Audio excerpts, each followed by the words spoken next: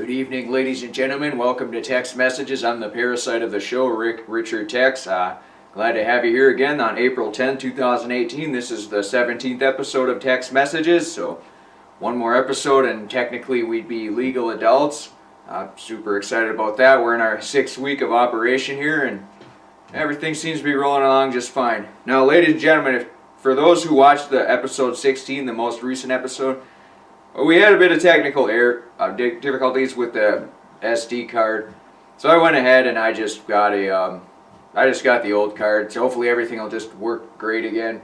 Now, the show cut out at the end, but that was mostly just because the camera went dead.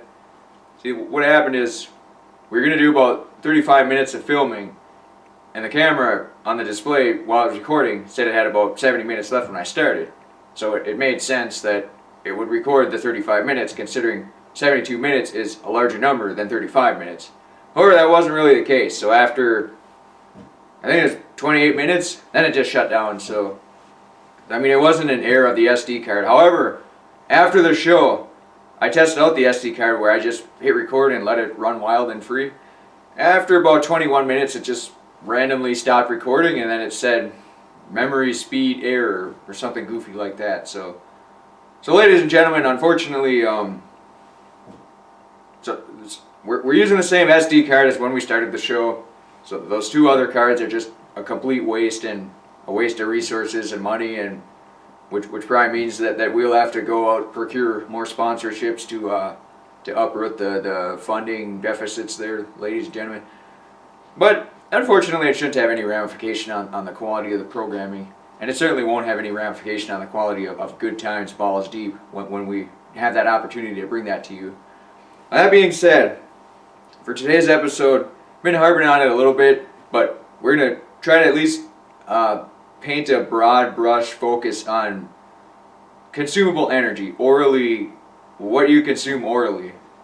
Not so much what you drink, but more so solids, food, and mushrooms and apples and pears and cantaloupes, all that stuff. That's mainly what we're going to focus on today.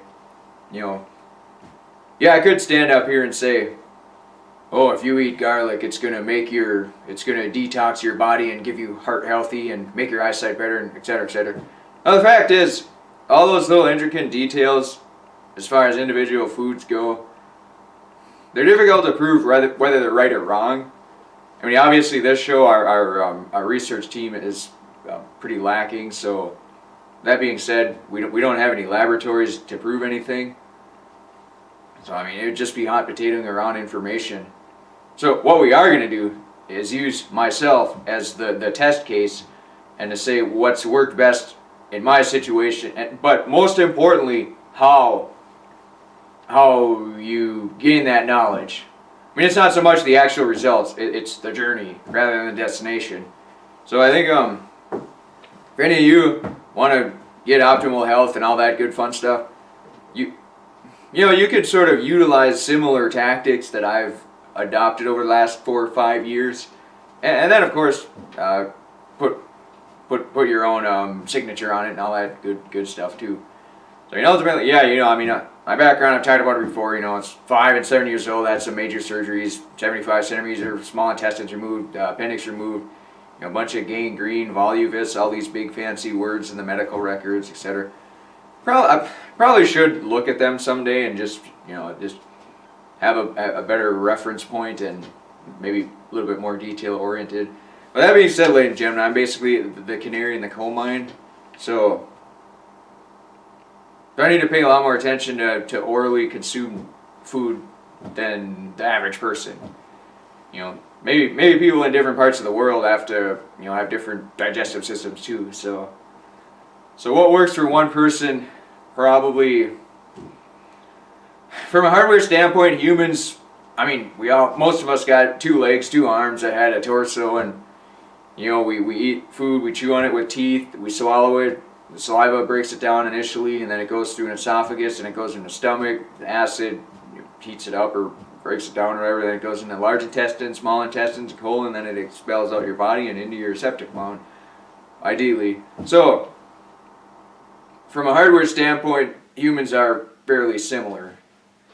But once you get into DNA and the software and firmware behind DNA, then things deviate a lot then. And then too, there's different bacterias in different people's intestines, and different bacteria can break down different types of food, and there's different receptors, and then you start factoring in food allergies and what people are allergic to. Some people might eat a peanut and die from it. I mean, it sounds, obviously that's a critical case scenario on the fringe of, the far end of a spectrum there. But I mean, it does happen. There are exceptions to everything. So, so basically, for you, yourself, and I, just trying to get a good idea of what works best for you. Now, there are obvious there are obvious things that you shouldn't eat. Like if you drink a lot of alcohol and you start puking, and then the next thing you know, you're in the hospital getting your stomach pumped. That's probably a good idea to avoid alcohol in large quantities, because you know that when you drink a lot of alcohol, you could die. I mean, it's a no-brainer. So that's why I use it as an example to hopefully try to extrapolate that onto items that are less obvious. Like for example, say you eat mushrooms, and maybe a day or two later you start to get some weird headaches, or your eyes get really watery during the day for no apparent reason whatsoever, and it only seems to happen when you eat mushrooms. Now, if you're not documenting what you're eating or paying any attention to it, you may not be able to draw that correlation. But if you're saying, okay, so in the last year I've had these 3 episodes where I got these really weird, runny, watery eyes where I had to literally stop driving my car because my eyes got so watery that I couldn't see. And I noticed that during those 3 times I had mushrooms the day before or the morning of. Something like that. I mean, usually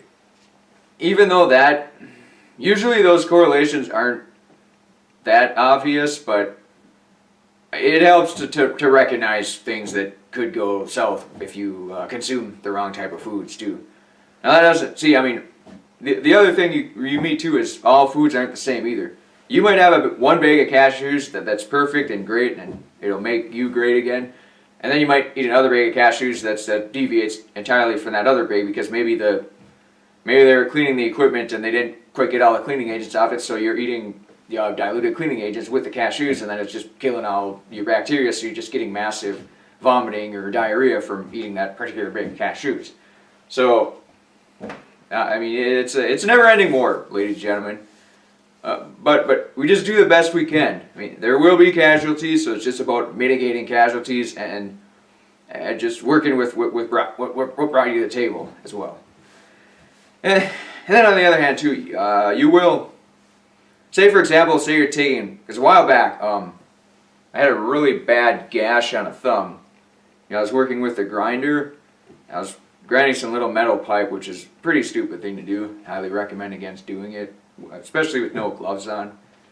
But maybe having no gloves was better, because maybe if the gloves would have got caught somewhere, it might have ripped my hand or my shoulder off or something. So there's also that to consider. But the fact is, the thumb hit the grinder, and there's a lot of medical particles inside the grinding wheel that can get into your blood and skin and everything. And yeah, there's about a 1/4-inch gash too. Fortunately, everything works a-okay now, so that's great. I mean, it seems like, looks like one thumb is a little shorter than the other, and kind of a funny shape too. But here's the thing: when I went to the hospital, first you had just, I had like some big bloody towel on, but of course you got to stand in the security line, make sure you're not some criminal, and then you got to go to the front desk, tell them your name, this, that, and the other thing, your name, date, serial number, and then you wait a little bit, and then you go into the emergency room or urgency room, whatever the case may be. So they had this little gun on it. It shoots disinfectant. It's like a rubber, or not a rubber, but it's like a mesh sponge type thing, and that's supposedly disinfects it. And then they prescribe you antibiotics. So what happened is, you're only supposed to take the antibiotics for about a week. And I started taking them, almost immediately got an upset stomach. And after about 3 or 4 days, I basically got violently ill, to the point where if I ate anything, it felt like there was just rocks going through my stomach and intestines and small intestines and colon. And there was such little food being digested that I couldn't even stand up without getting lightheaded. So it was pretty bad. There was definitely a serious problem there. So yeah, I tried to tough it out for a day or 2 or 3, and eventually he just went back to the hospital, got an IV, and everything was fine and dandy after that. But we did get a they did sample. We sampled like some stool samples to determine if there's any what was going on.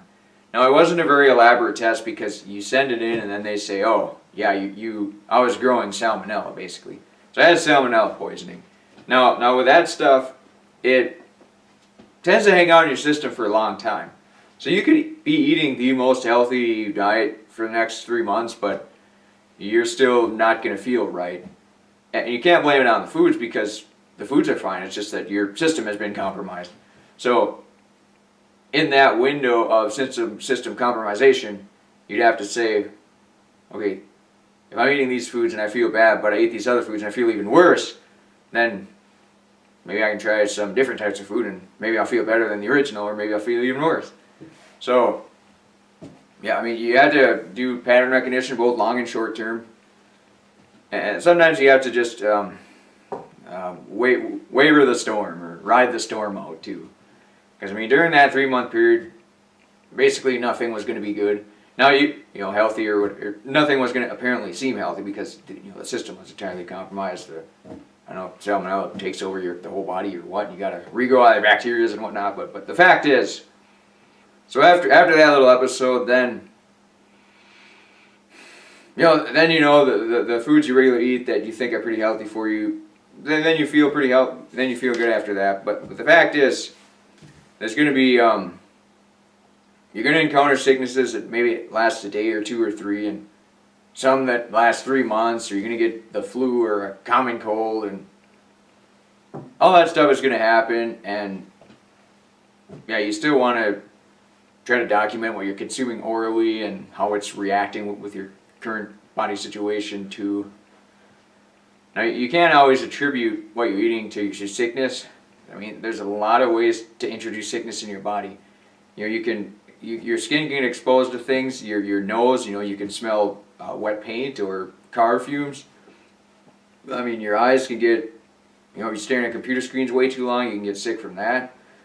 Sound waves coming through your ear, if there's some really low sounding waves that just give you massive headaches, that's one inlet of sickness.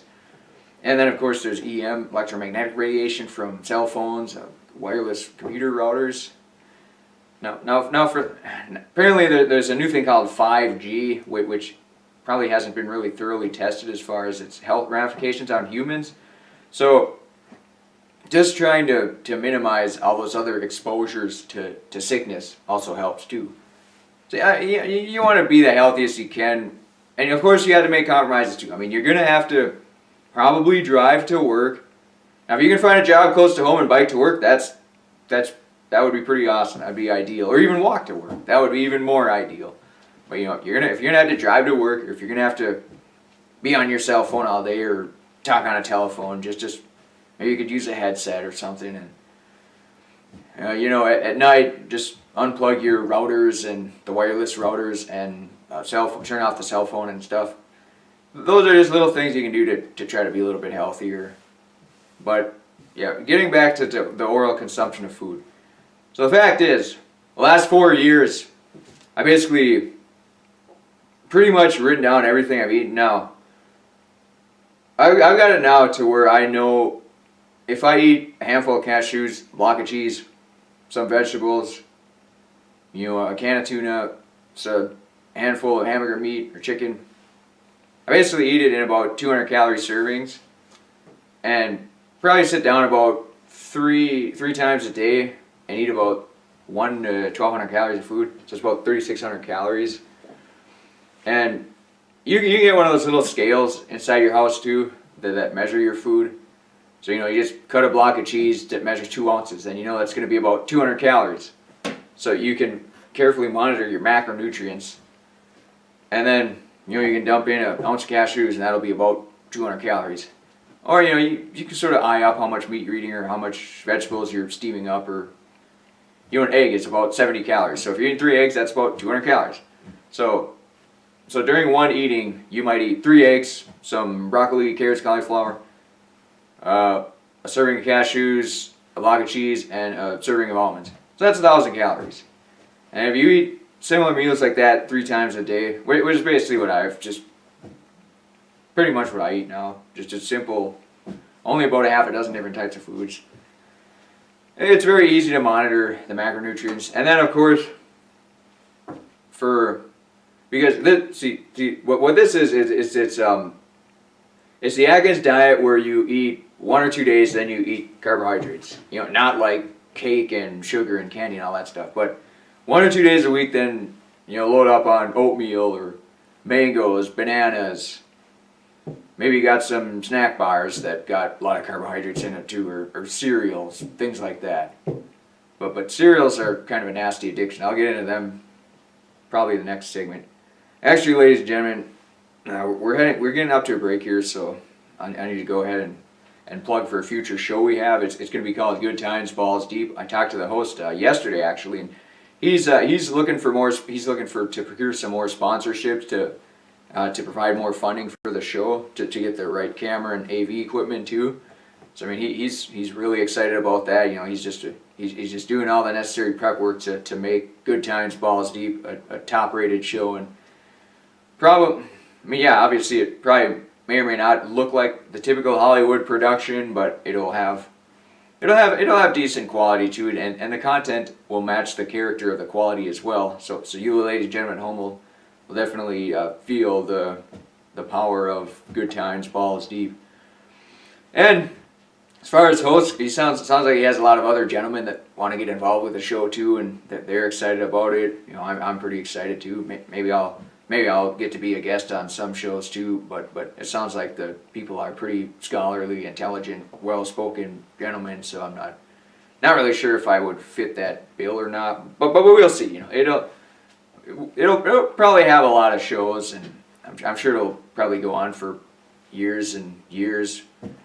You know, it's more of a, for the host of Good Times Balls, it's more of a, it's just something he can do. It's second nature to him, so it's probably more of a hobby than anything.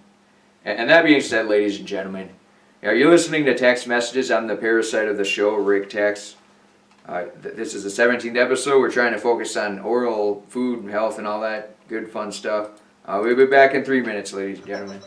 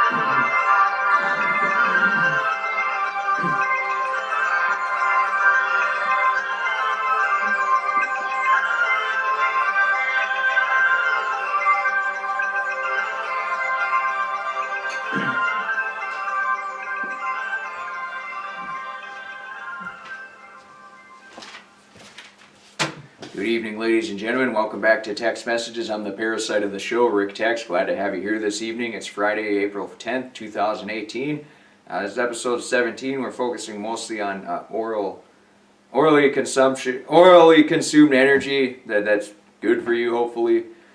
Now, before I get caught up in any goofy tangents, what I want to narrate to you, ladies and gentlemen at home, is here's what exactly that I do.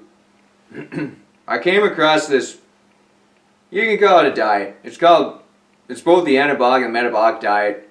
What anabolic means is it builds muscle, and catabolic means you're losing muscle. So you only hear anabolic steroids. It's steroids that build muscle. And there's also, inflammatory steroids and other types of steroids, nasal steroids, all that stuff too. So anabolic steroids, building muscle. That's the term anabolic. So the anabolic diet, or metabolic diet, it was invented by some bodybuilder guys, and as you can see, the whole bodybuilding thing doesn't really work for me very well. But what I noticed is that most people who are really serious and focused and concerned about their diets are typically bodybuilding people. So they're the ones who I take the most trust in, because the level of effort that goes into strength training and weight training and all that is very extraordinary. So those are the people that are probably going to take their diets most seriously. I mean, that's not to say that somebody who works road construction and has a diet isn't serious about their diet. It just means that a bodybuilder person has more strict controls and monitors the feedback loop more carefully than say somebody who sits at a computer all day.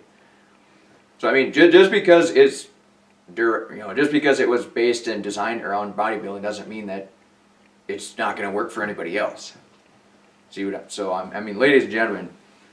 So what it is, the anabolic diet, what it is, it's basically for 5 days a week, 5-6 days a week, you just eat mostly fats, proteins, and try to stay below 50 grams of carbohydrates a day. So, less than 5% of your diet is carbohydrates, and then maybe 30 to 40% is protein, and then 60 to 70% is fats. That's essentially what it is for 5-6 days a week. Now, yeah, it sounds like a pretty bland diet, and it is for the most part, which is what makes it good, because all you really need are tree nuts, meat, eggs, cruciferous vegetables, and maybe something like dark chocolate or avocados. Just go to your local store, Big Joe, Rosso's Foods, load up on that. I mean, in my fridge now I got about 6 blocks of 1 pound cheese, probably got about 5 pounds of pecans, almonds, pistachios, macadamia nuts, walnuts, Brazil nuts, filberts, all that stuff just in the fridge. It lasts a little bit longer. And then about a dozen cans of tuna, and a couple jars of chicken and hamburger beef, and then just a lot of frozen broccoli, cauliflower, and other fruits like eggplants, acorn squash, sweet potatoes. Those contain carbohydrates. I mean, you can still eat them during the week, but just don't, try not to load up on them or anything like that. And one of the ways where you can see, the idea is that you want to get into the ketosis, or whatever it's called. And one of the ways you can test that is they got this little jar at Walmart. It's ketosis strips. Essentially you urinate in a jar, and then you dip the strip in for a certain amount of seconds, and if it turns colors, then that measures the ketones in your blood. So then you know that you're in ketosis. So normally, when you're doing 5 days fast protein, then you load up on carbohydrates for 3 days. What I've seen is probably by about the 4th or 5th day, then that strip starts to change colors. So you get in ketosis or whatever, and then load up on carbohydrates shortly thereafter. So I mean, I don't really know if it's. I mean, it works. It works for me for reasons that I'll delve into very soon. But it may or may not work for other people. And for people that are bodybuilding and things like that, I mean, maybe it'll work. I mean, I'm not really sure. But the things that I have noticed definitively is that when you don't eat a lot of carbohydrates, you never really need to wake up at night to urinate. And teeth seem to like fats and proteins more than carbohydrates, because it's very difficult to believe most anything you read nowadays, but it sounds like citric acid works to sort of break down tooth enamel. So what I've noticed is that during the weekend, when loading up on carbohydrates, that my teeth feel a little bit more sensitive than they do during the week. And then usually at the end of, Saturday or Sunday, you start to get more just weird, I guess you call them depressive thoughts, but just more negative thoughts creep into your mind. And I mean, it just feels like you're not really in control of your thoughts anymore. And I mean, I can almost directly attribute that to the deluge of carbohydrate consumption too. And then on occasion too, if I eat a lot of fruits or a lot of oatmeal, maybe more than I should in one sitting, you almost do not really a euphoric feeling, but it almost does feel like you're maybe not drinking alcohol, but it definitely seems like that there's something funny going on in your head. So I mean, you ladies and gentlemen, I'm sure anybody out there is drinking alcohol. So when you drink alcohol, you get weird, funny thoughts, and when you get alcohol, then you get angry and mad or negative or something like that too. So that's kind of what I notice about carb loading on the weekends as well. And then of course, you have more overnight bathroom breaks as well, during the carb loading period.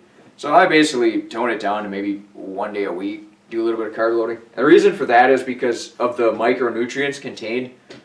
Because if you're just eating fats and protein during the week, you may not be able to get vitamin C, for example. But if one day a week you're eating a mango or banana or peach or oatmeal, some kind of fruit bar, then you can get those little micronutrients that you wouldn't normally get during the week. And then if you get an excess of them, they can just store it in your liver and you're good for the week. So that's one of the reasons why I don't go full on all out Atkins diet, just because of that. Plus, it's kind of neat to at least try out new foods every once in a while. I mean, it is nice to not be addicted to any types of food too, so we can just focus on just eating. Like if I could just eat cashews all day, every day, and be a perfectly healthy person, that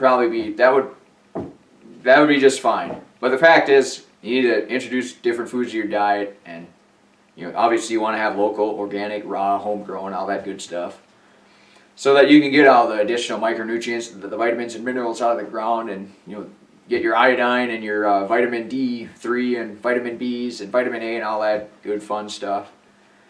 So that's why it's trying to get as much of a variety as possible while trying to keep it as simple as possible too.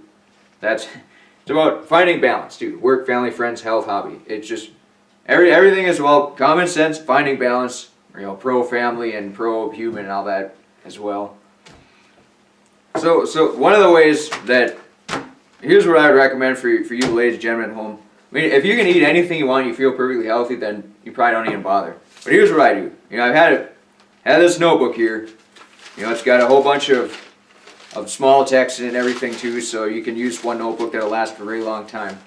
But it's very simple. You just say, okay, April 8th, 2018, a Sunday. It's good to label a day too, because if you're only going to eat carbohydrates on Saturday and Sunday, when you refer back 5 months, you want to be able to look at it and just say, oh, that's Saturday, that's Sunday, rather than having to cross-reference with a chart or a schedule somewhere. So yeah, April 8th, 2018, Sunday, 2 oranges, and then some amalgamation of avocado, flax, chia seeds, sour cream, beef, pineapple, onion, olive. That was the first eating thing of the day. So then after that, in the afternoon, acorn squash, sweet potatoes, 3 eggs, steamed eggs, you mix butter with squash, sweet potatoes, 2 servings of macadamia, cashews, walnuts, all just kind of mixed up into one, serving of pecans. So that's about 1,000 calories right there. And yeah, it's a Sunday, so it's the carbohydrate day. That's why there's oranges, squashes, sweet potatoes on there. And then for the, the third meal of the day, just eat, chicken, carrots, cauliflower, broccoli, and vegetable broth. So you're basically making a custom soup, more or less. And then a block of cheese, 2 ounces of cheese. So that's probably only about 600 calories there. And the last meal of the day, just 4 servings of macadamia, cashews, walnuts. I went to some event that day, so you just bring a big bag of tree nuts and eat them on the way home, and then you get home, brush your teeth, go to bed. Very simple. And then, so you can refer back, say, a long time ago. So, December 15, 2016.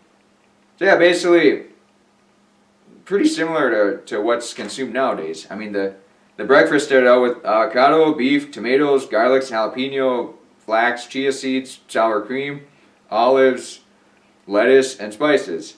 So very similar, and it's what's worked for a few years now.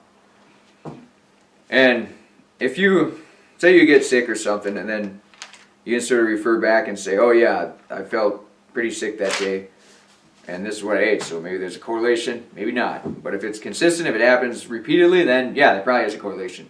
And there's another thing too, try to write down like, bowel movements, or if you got to wake up multiple times at night, or if you're not sleeping good, just write down basic stuff like that. Like for example, one day I ate hemp tofu, and then I felt pretty healthy that day. Didn't have to wake up at night. Had pretty healthy bowel movements, and it's kind of like, well, okay, maybe this hemp tofu stuff is pretty healthy. But the fact is, once you go to the grocery store, then you don't find it anywhere. So there is the cost and benefit analysis to factor in as well. But yeah, I mean, just it's very simple. I mean, you can even write it on there, type it into the computer or something like that too. And then this helps to know. I mean, it helps. It's like I probably don't even need to write down stuff anymore. I could pretty much probably memorize what's eaten on a typical day. But it helps to know how many macronutrients you're taking in. So if you're losing weight and you don't want to be losing weight, you can figure out, all right, I'm eating 1,800 calories, maybe I should try 2,200, see what happens. Or if you want to gain weight, same thing. If you're eating 3,500 calories, you think like, well, this is so much high of an intake, why am I not gaining weight? The daily recommended value is 2,000 calories, so I should be gaining weight if I'm eating more than 2,000 calories. But if you're outside working all day on a farm or in a factory, you might be burning 3,500 calories in that day, even if you're a 150-pound male. So that's why it's important to document this junk and figure out how much energy you're putting into your body too. So it's not that hard to do it. It's very, very simple. I mean, you could see, if I go anywhere for multiple days too, I'll just bring a little sheet of paper with that fits in your wallet, and then just write down everything on there.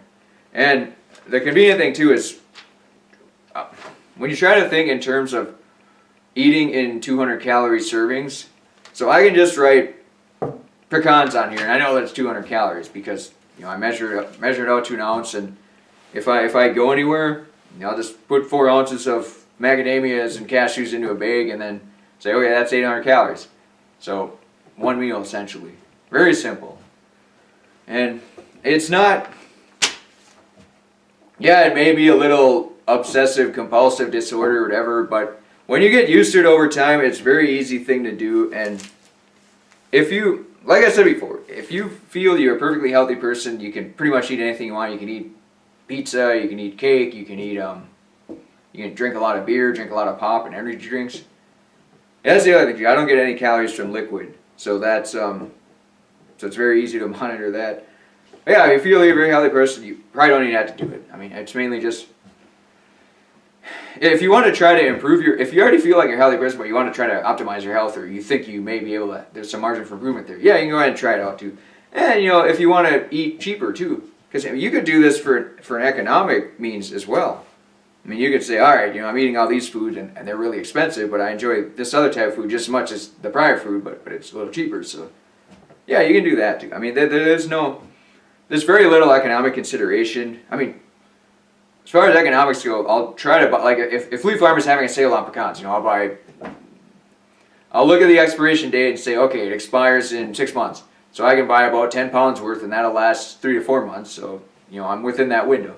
So the last thing you want to do is buy a whole bunch of food, and then it all goes bad and rancid and stale, then you got to throw it out or just try to eat it and then get, moderate sickness from it anyways, which is definitely what you don't really want to do there, ladies and gentlemen. So that being said, yeah, it's you can experiment with different diets and everything too, try to get a good handle on what it's doing to your body. The anabolic diet, it's worked for me. I've contemplated going full on Atkins diet, but it's just you're not getting the micronutrients and all that stuff too, and it is kind of fun to experiment with eating different foods on the weekend and whatnot. It's just nice to to explore a little bit, but avoiding just things like processed and refined sugars and monosodium glutamate, just avoiding all them foods. I mean, that's pretty much a no-brainer at this period of time. So someday we might go in a little bit more detail about all that good fun stuff too, and hopefully run on 8 cylinders there. But ladies and gentlemen, we're coming up to another break here.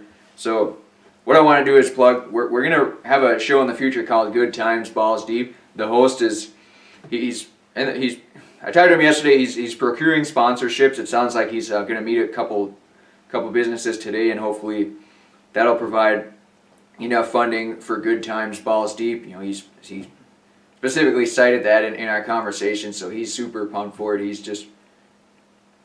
It sounds like he's got all the content together and ready to rock and roll. So it's just a matter of getting the funding for it. Now it's not going to be a show like Text Messages where we just, the camera is insanely expensive, and there's probably $30 of paying for this green screen, and the suit here, I had it laying around for a few years, so it's very, very affordable to run Text Messages, and it doesn't really, you got to spend money to charge the battery for the camera, and this laptop here takes a little bit of energy too, but otherwise it's the crew works for free, so the producers work for free, so we don't really need much funding, so more than likely it'll be commercial free in perpetuity.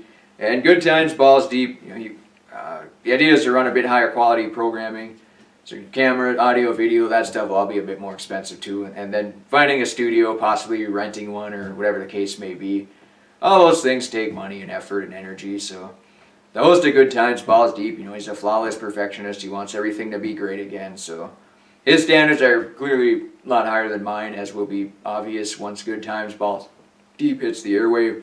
So that being said, ladies and gentlemen, you're listening to Text Messages. I'm the parasite of the show, Rick Text. We'll be back in 3 minutes.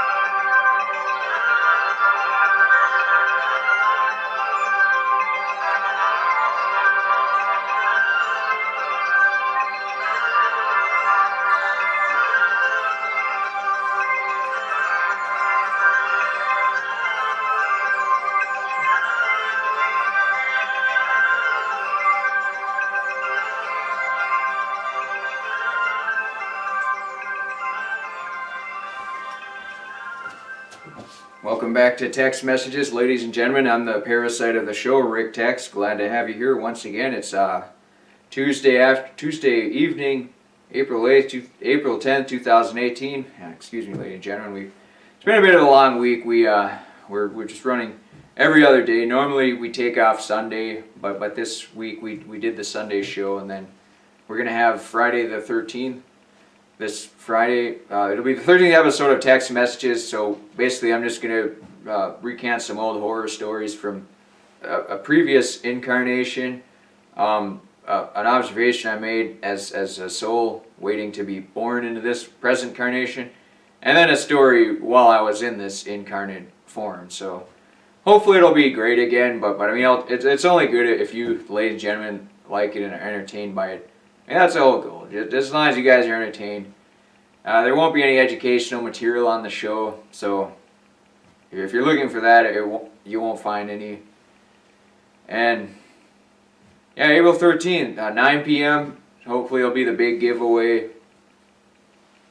So yeah, I was planning to put a decent amount of time into it. Probably sacrifice a few nights of watching Star Trek just to try to recall the stories and make sure they're good. And I only got one shot to make it right, so it's good in the sense that you take it more seriously, you get into the flux of what you're doing.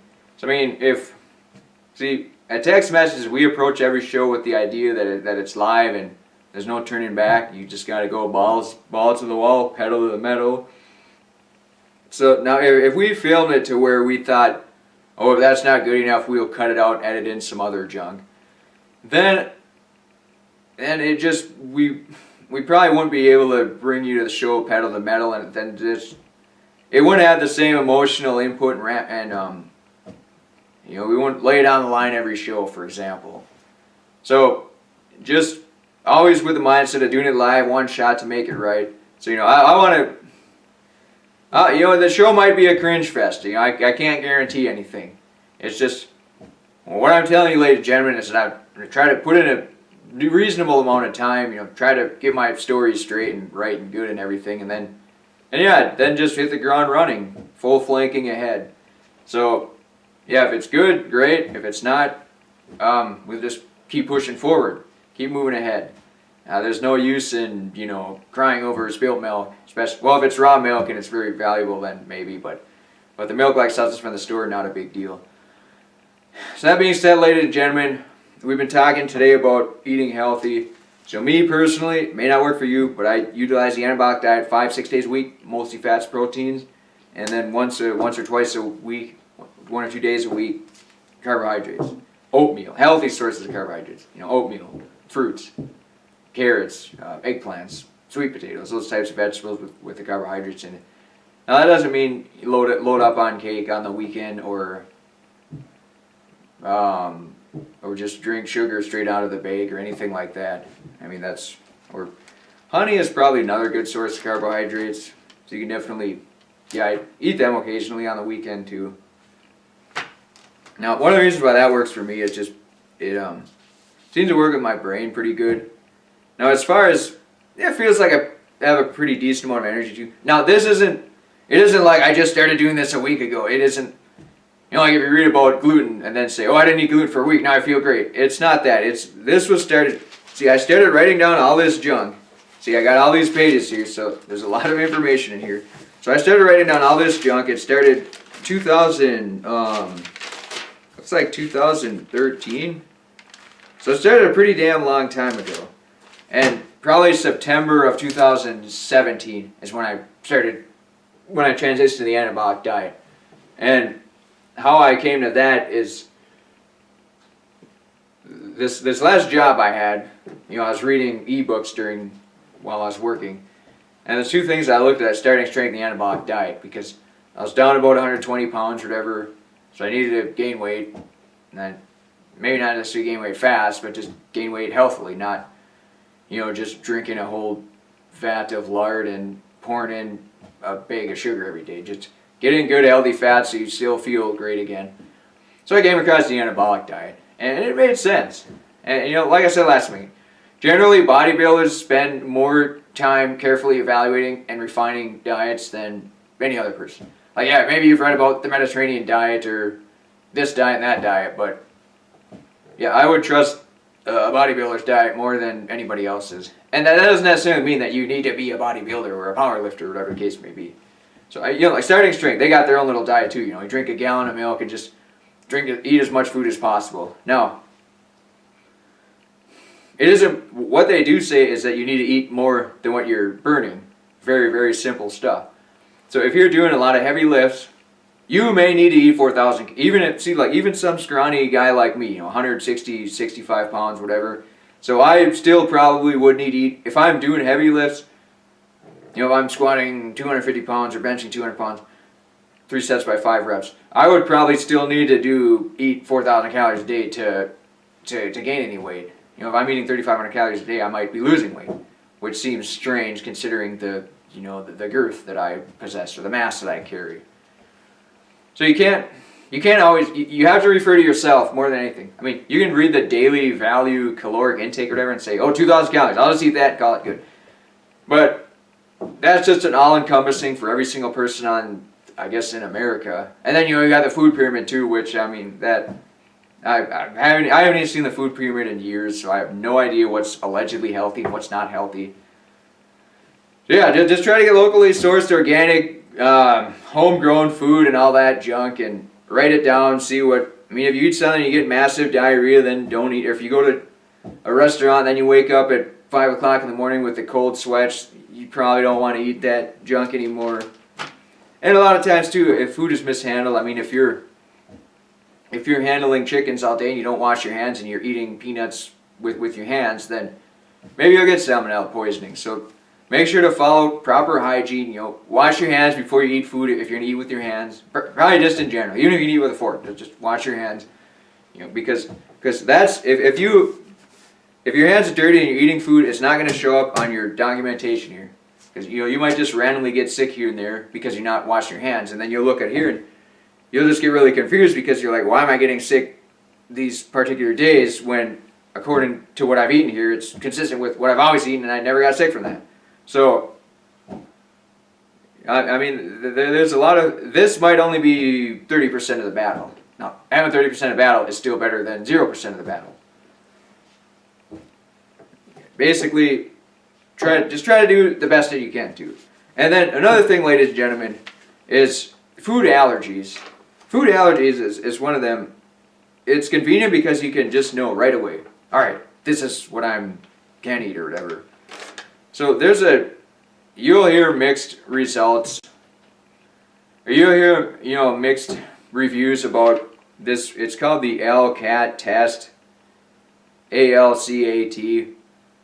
There's a place in Plymouth, Minnesota. Any lab test now that tests it, you have to get your blood. They draw your blood, and then they bring it to some goofy lab, and then they say that you have a severe, moderate, or mild allergy to different types of food. Now you can get anywhere from like 50 to 250 different foods to test for that.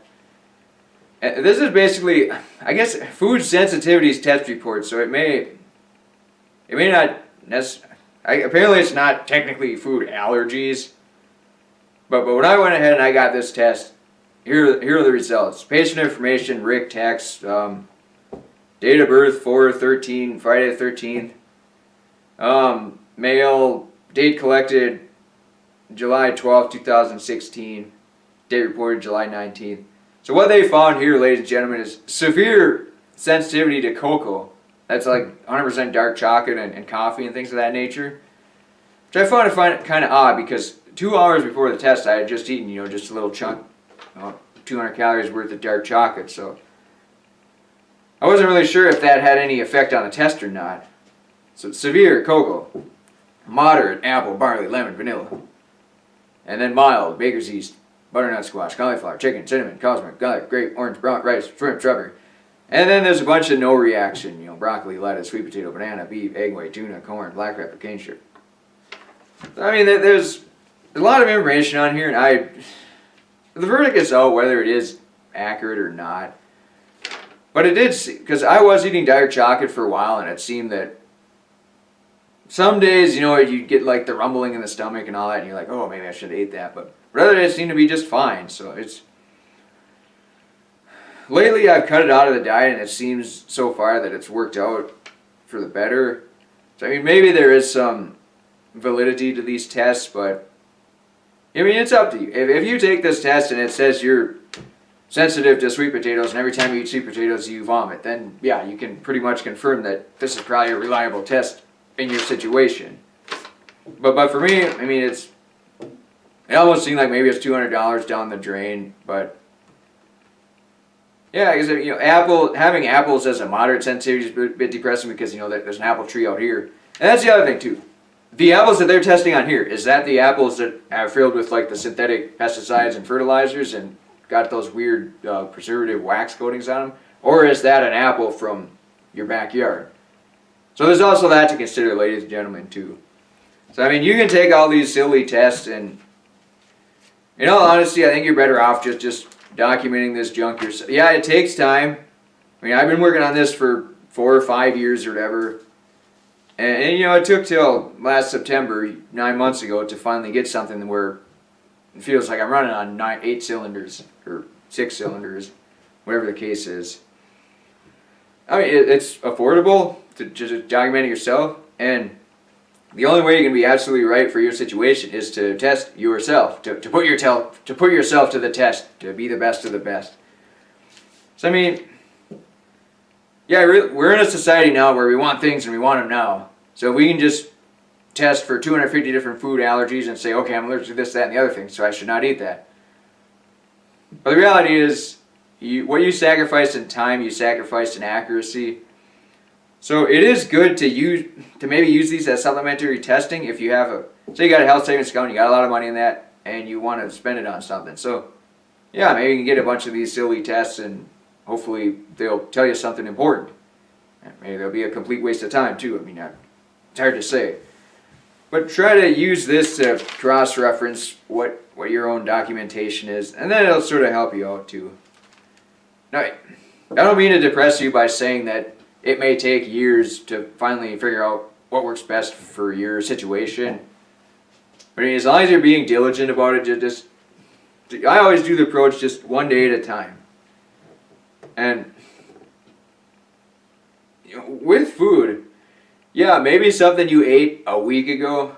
Say, for example, one of the first things that I noticed when I first got into trying to monitor what you're eating and being healthy and stuff is, the gluten fiasco.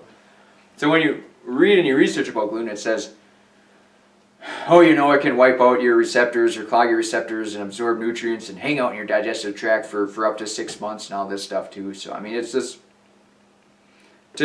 so for me, at first I was thinking, well, why would I bother documenting food if it's going to hang out with me for 6 months? I mean, it's almost impossible to try to get an accurate analysis of what's happening if you eat something from 6 months ago that's affecting you today. But like I said before, it's hard to trust that stuff, I mean, you might only have 30% of the battle here, documenting everything, but it's still better than 0%. And yeah, I mean, it's just a good thing to do. At the very minimum, you get you can figure out the amount of calories you're burning in a day and how many you should be eating if you want to lose or gain weight based on the activities you're partaking in. It's like for me, I figured if I would just weightlift and eat a bunch of garbage and not pay any attention to it, I probably wouldn't gain any strength, wouldn't gain any weight. It would just be completely, unless you get to a certain point where you're just trying to maintain your strength. But if you want to gain strength and you're just not paying any attention to what you're eating and you're not gaining any strength, you're just constantly breaking down muscle and not eating enough to replace it, then you're essentially just wasting 6 hours a week or whatever. Or if you're one of those people that goes to the gym for 6 days a week, then you're wasting way more time than that. So that's why I think it's important just to write it down. And yeah, it's just a simple thing you can do to make yourself great again. It does not take a lot of time. It takes very little thought too. I mean, you don't have to revolve your life around making sure you're home so you can cook your own meal and all that other junk too. I mean, anytime I change jobs or if I leave the house for a few days or whatever, you just think for a little bit, okay, if I go to a cabin for a few days or my parents' house or my parents' basement for a few days, then they'll probably have this type of food there that I can eat, and I can bring some of this type of food, a little bit of this, a little bit of that as well. and you know, you can cook there too. I mean, when I had, there's this one job I had where I bought a hot plate with. So during lunch, I'd usually just steam up some vegetables and eat that. I mean, it was a pretty handy thing to do, and nobody there seemed to mind. But I mean, of course, if every employee in the building was doing that, it probably would be a bit of a hassle, and then you know you'd have to cook food in your own cubicle and all that. So yeah, I mean, I suppose there'd be a little bit of difficulty there, but with that being said, ladies and gentlemen, just try to there's just a small thing to do. I mean, it's like everything in life, you know, the first 30 days are sort of the most challenging part, but once you establish the habit and you're really hitting on 8 cylinders, then it's definitely worth it to do it. And then you're on cruise control basically. And you know, there are times where I mean, obviously there's nothing too complicating to it. You write down the day, the date, and then what you eat, and then I mean, I don't even write the number of calories on here because I pretty much know that every time I sit down, I'm going to eat about 1,000 calories. So if I sit down 4 times a day, it's going to be 3,500 to 4,000 calories. If I sit down 3 times, it'll probably be about 3,000. You know, depending on if I lifted weights or if I was shoveling or digging up the ground outside or shoveling snow or walking around, things like that. And then you got your food allergy test here. There are labs that do that too, and you can go to some doctors. You know, they're different. There's one test where I guess they scratch your skin and then put the type of food on it and then determine if you react to that. So, yeah, those are out there as well. But, yeah, I mean, as far as eating healthy, it's really not that difficult. You can look around and say,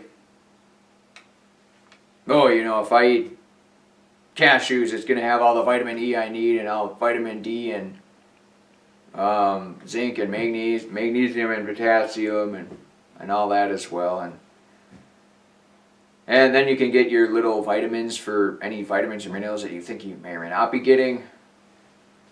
The reality is, I mean, if you're eating food that makes you feel pretty decent and you're getting a decent variety, and then, you know, with the anabolic diet, throw in the carbohydrates on the weekend to get the micronutrients. Make sure you're getting all the vitamins. That's the thing with vitamins. Your body doesn't synthesize them itself. Your body will, like, a lot of people, when they hear about the Atkins diet, they think, oh, well, your brain runs on glucose, so how was it run without consuming carbohydrates? But your body does synthesize the brain fuel if you're not eating carbohydrates. And you know, I guess you could call it the paleontologist diet. That's probably another variation of the Atkins diet. And most people that eat it give it rave reviews. You know, it's not like the food allergy testing where the reviews are all over the place. I mean, anyone that I talked to that did the Atkins diet, they're like, oh yeah, I lost weight, or I did this, that, and the other thing, and felt great and all that too. But you know, it's just too restrictive, so I just want to get back to a regular diet. So I mean, those people, they probably have healthy digestive systems, so it's probably more of a hobby to see if they could lose weight. But for a guy like me, it's almost mandatory just to function at an optimal level to strictly follow these diets too, which is what uniquely qualifies me as a canary in the coal mine for any other person as well. So if anyone is willing to heed advice from me, that's about the only thing where I mean, everyone's a little different. They all got their own unique characteristics and quirks to their internal body structure and DNA and all that stuff too. I mean, I don't know if, you know, what happened to me back in the day was a DNA mutation. I don't know if it's just some environmental fallacy or what the case may be. Because what happened is they first, you know, at 5 years old, I was first brought to the hospital, and they just snipped the appendix because, you know, that was just the generic. If anything's wrong with the digestive system, just snip the appendix and call her good.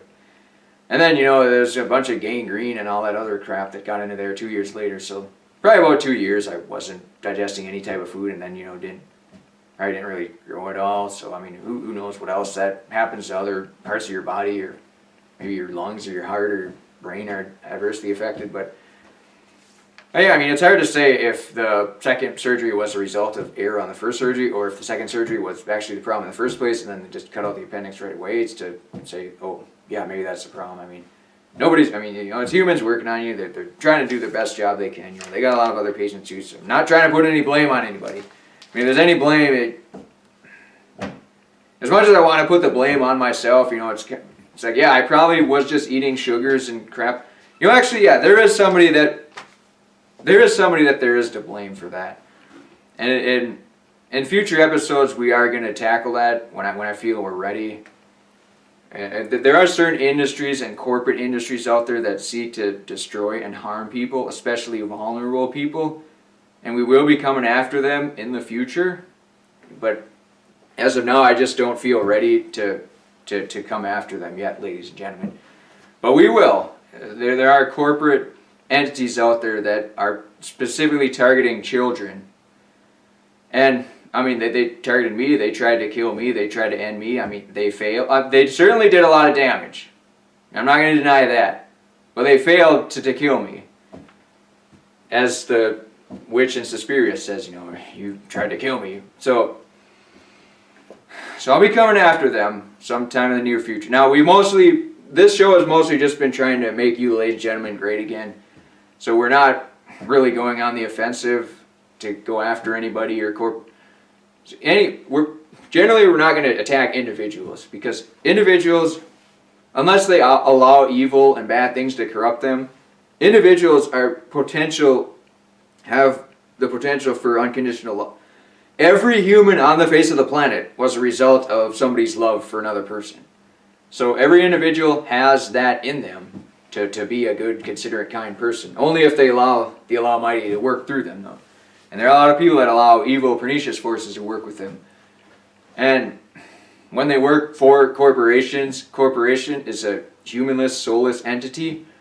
And when those entities go after children especially, and just vulnerable adults, even the elderly as far as the pharmaceutical industry goes, we're going to have to come after them, ladies and gentlemen.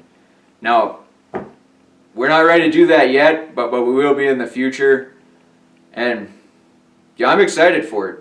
I'm getting excited to take these dirtbags down, ladies and gentlemen. So I think they have it coming to them, and hopefully, maybe not on the front lines, but hopefully someday we'll be ready for it.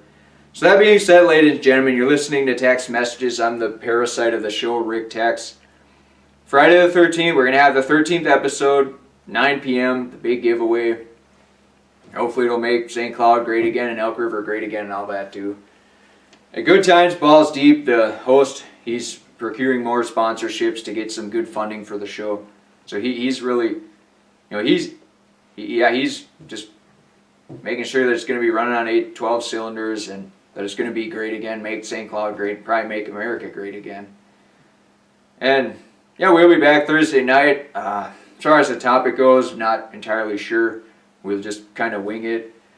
And ladies and gentlemen, thanks for bringing us into your eardrums or into your vision. And someday in the near future, probably when the snow melts, I'll try to provide some instructional videos as far as maybe gardening or taking care of animals or befriending a feral cat or maybe doing car maintenance, things like that. I'll try to throw in some instructional videos, Rick Tex instructionals or whatever the case may be. And then we can add them during the commercial, but we'll see. The show is evolving every day. I might make promises and then completely ignore them at some point too, so always bear that in mind, ladies and gentlemen.